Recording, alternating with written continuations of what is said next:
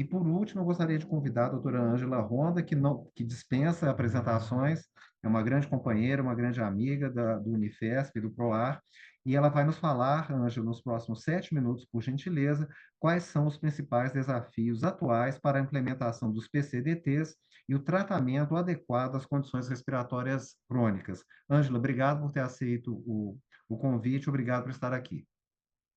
Obrigada, Paulo. Obrigada, Mark e o pessoal. Esse espaço do fórum, ele é maravilhoso, que a gente realmente consegue ter contato com todos os setores envolvidos aí na jornada do paciente e tratamento. Então, para mim, ficou os principais desafios para a implementação do PCDT e o tratamento adequado dentro das condições respiratórias crônicas. Aqui é meu conflito de interesse, mas eu sempre falo que o meu maior conflito é o subdiagnóstico das doenças respiratórias, e meu maior interesse é que realmente a gente consiga melhorar essa entrega de saúde respiratória para os nossos pacientes.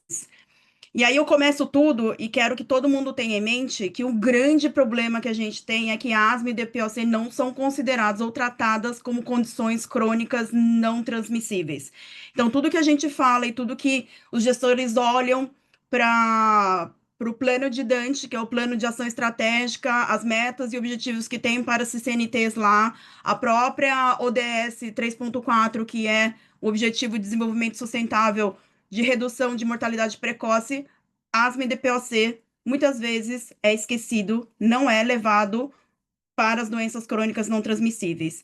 E aí, o que que a gente vê, né? Eu elenquei algumas, eu não coloquei a parte de paciente, que a Raíssa já acabou colocando muito bem. Então, essa parte do desconhecimento da sociedade em geral e do paciente, isso diminui muito o diagnóstico e também a adesão ao tratamento. Agora, falando de outras lacunas aí que a gente tem, né, outros gaps, a capacitação e conhecimento dos profissionais de saúde. Então, a gente sabe que muitos dos profissionais não conhecem asma, DPOC, rinocinusite, polipose,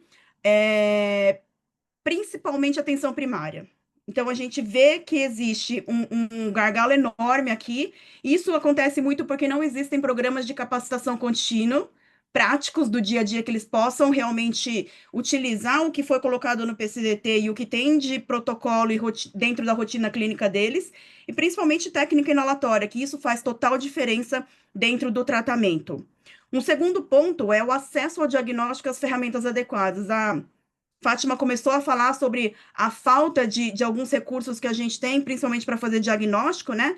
E aí a primeira delas que a gente sempre elenca é a espirometria. A gente tem uma falta de espirometria nacionalmente, né? Não é só em locais mais distantes, não. A gente tem um problema de espirometria. Sim, sei que vem sendo endereçado, né? Porque cada vez mais a gente vem lutando para que as pessoas entendam que é a espirometria, existe a necessidade de ter a espirometria, e muito se tinha não, nós temos a espirometria no SIGTAP, por exemplo, ali disponível, mas não tem demanda, né? E aí a gente entra no gargalo inicial, que é a falta de capacitação da atenção primária para a solicitação e o olhar para o diagnóstico da asma e DPOC.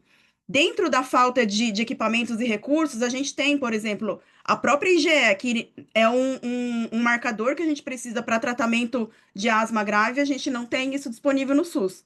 Na verdade, a gente, de novo, temos ele disponível no SIGTAP, mas ele não é disponível na vida real. Eu sempre falo que a gente tem um acesso que não é um acesso real.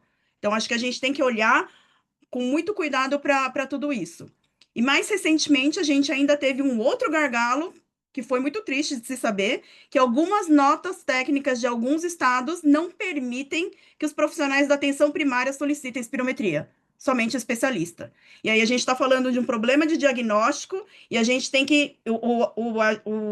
A atenção primária tem que encaminhar toda para especializada. Isso não é possível, né? Porque esse é o outro problema que a gente traz, que é a fragmentação do cuidado e a integração desses níveis.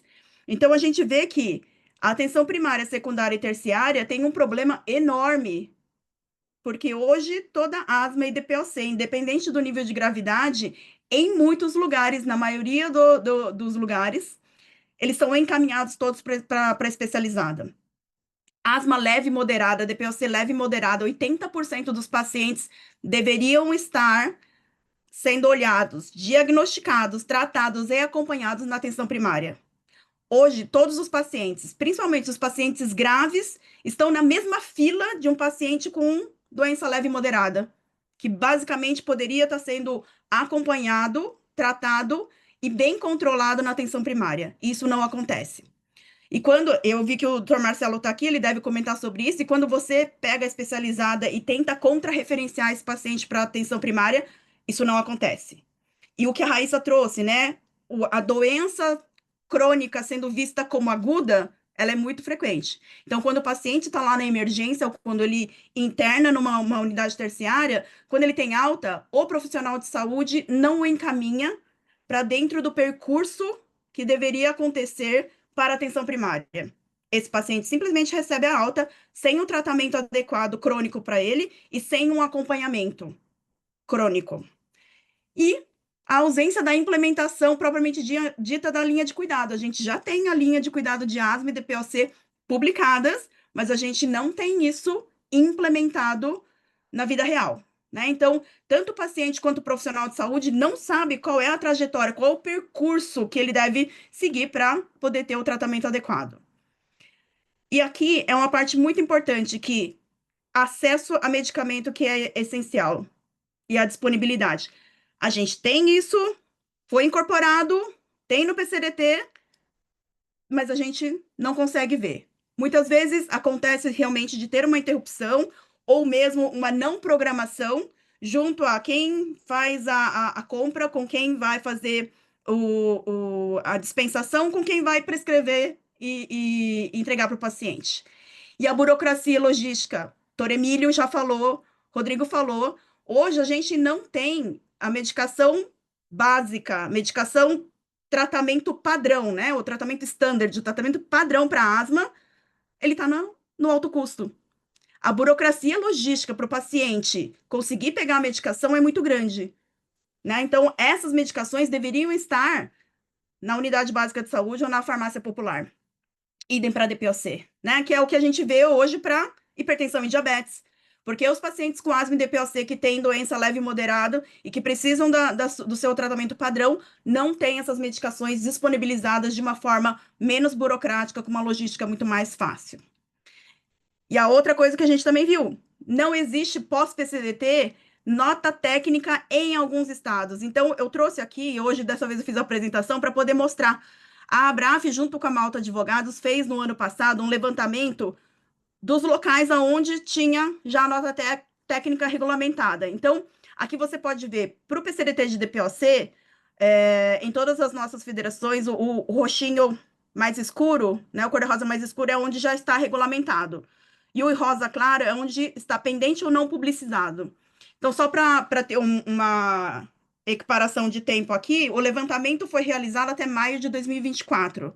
O PCDT foi publicado oficialmente em novembro de 21, né? E aí a gente vê que ainda existem alguns estados que não tinham a sua nota técnica em ação. Asma, então, a gente vê que é pior, né?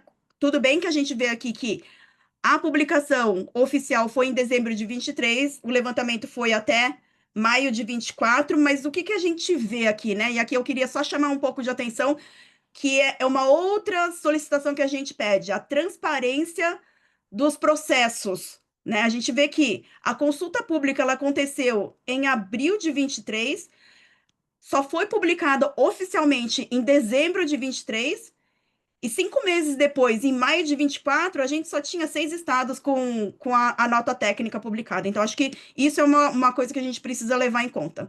E para finalizar, eu acho que esses dois desafios, eles são de todas as CCNTs que a gente tem no Brasil, né? Monitorização e avaliação da implementação de PCDT, que os dados são insuficientes, porque não temos sistemas robustos de coleta, e também não temos indicadores adequados para falar, é isso que a gente mostra que realmente teve um impacto da implementação do PCDT.